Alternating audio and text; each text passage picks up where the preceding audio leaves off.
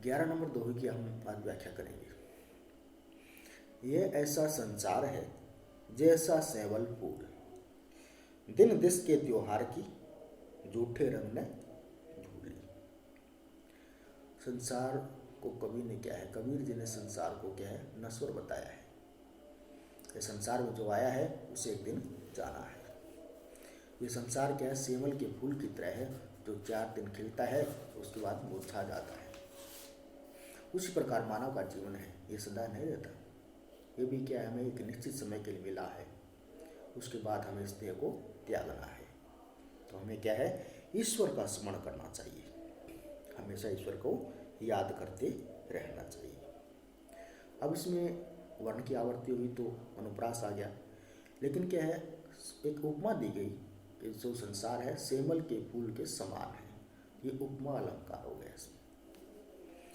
मासी गुड़ में गड़ी रहे, पंख रही लपटाए, ताली पीटे सिर धुनी, मीठी बोई माए।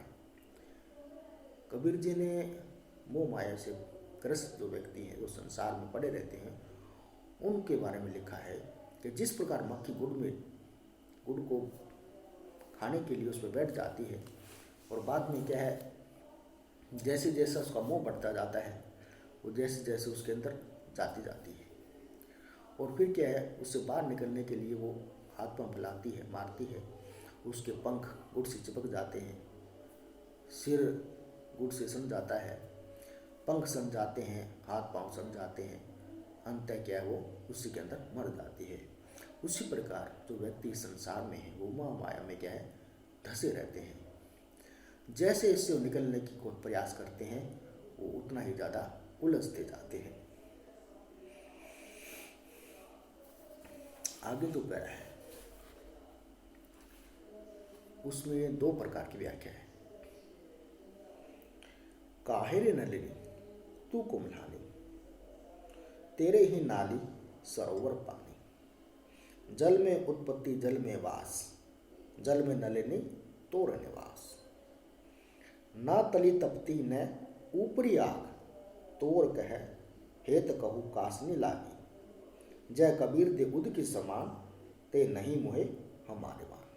कबीर जी कमल नाल को के बारे में कहते हैं, जो कमल के नाल होती है उससे कहते हैं कि हे कमल नाल, तू क्यों मुरझा रही है, क्यों दुखी हो रही है।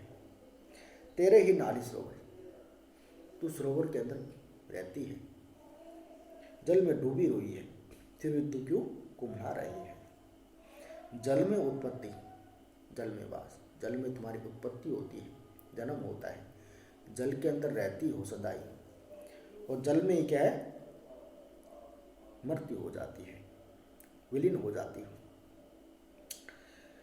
न तली तपती न ऊपरी आग, नहीं तो तुम्हें क्या है, नीचे से आग चलती हो, कोई कमी महसूस होती है, नहीं ऊपर से तुम्हें कोई आग है, अर्थात तुम नहीं तो नीचे कष्ट है तुम्हें, नहीं ऊपर कष्ट है, फिर भी तुम क्या है, क्यों मुरझा रही।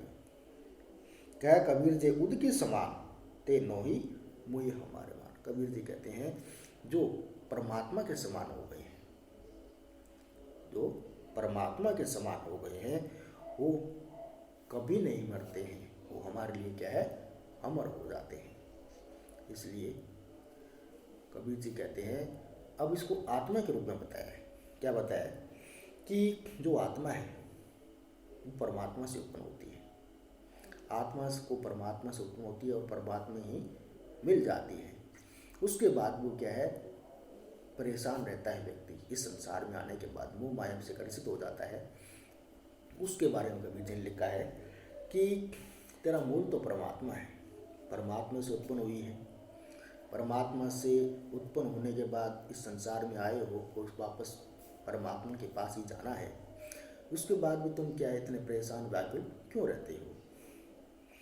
अब तुम्हें नहीं तो किसी प्रकार का कष्ट है, आत्मा है, जो कष्ट होते हैं वो शारीरिक होते हैं, दैहिक दैविक भौतिक सब कष्ट है वो शारीरिक है, आत्मा शारीरिक नहीं है, इसलिए तुम्हें किसी प्रकार का कष्ट नहीं होना चाहिए। तुम्हारे कष्ट होने का कारण समझ नहीं आता है। जो इस संसार में आए हैं वो परमात्मा से उत्पन्न हुए हैं, परमात्मा में विलीन हो जाएंगे। और इस प्रकार क्या है, तुम्हें दुखी नहीं होना चाहिए।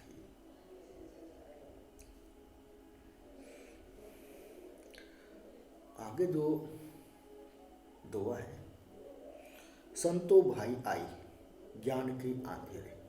कबीर जी कहते हैं, हे संतो, ज्ञान रूपी ज्ञान आंधी है वो आ गई है।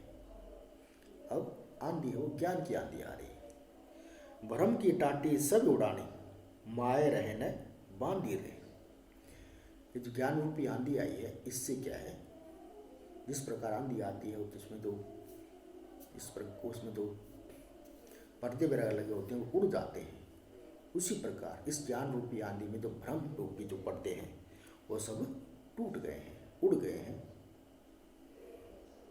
और माया रहन बांधी, और माया रूपी जो बंधन है वो छूट गए हैं।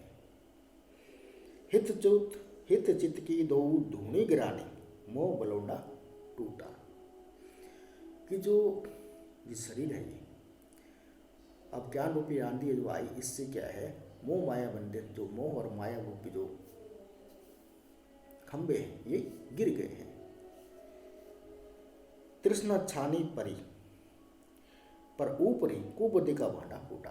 ये तृष्णा रूपी जो छप्पर है, इसको मोह रूपी जो सहतीर बांधे हुए हैं, जब ज्ञान रूपी आंधी आई तो ये गिर गया है। इससे क्या है, अहंकार रूपी से शरीर है, शरीर में जो अहंकार रूपी जो छप्पर था वो गिर गया है और मोह का भांडा फूट गया है।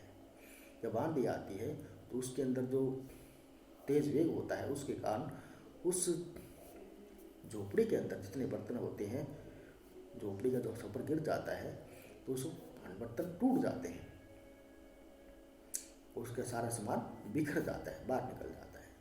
उसी प्रकार कवि कहते हैं कि इसके अंदर जो ज्ञान रूपी आंधी आने से क्या है, शरीर के अंदर जितनी व्याधि थी, विकृतियां थी, सब क्या है, निकल गई है। और कुपति का भांडा, जो कुपति थी, मतलब व्यर्थ की बुद्धि थी, विनाशकारी बुद्धि थी, जो भगवान से दूर रखने वाली बुद्धि थी, वो स्वतः ही नष्ट हो गई है। जोग जुक्ति कर संतो बांधी, निरुच्य चुए न पानी। अब संतो क्या है, जो संत है, उन लोगों ने योग की युक्तियों और सद्वृत्तियों से इस प्रकार के छप्पर का निर्माण किया है, उसमें विषय वासना रूपी जल नहीं बस बिखरता है, मतलब ऊपर से पानी नहीं उसमें वो गिर रहा है। शरीर क्या है, इस प्रकार के भावों से दूर हो गया है। कूड़ कपट काया का निक्ष्या हरि की भांति जाने। और शरीर के अंदर से क्या है, जो मन था, उस मन के अंदर से जो जितनी प्रकार की जो व्याधियां थी, विकृतियां थी, वो सब निकल गई हैं और हरि को वो याद करने लगा है।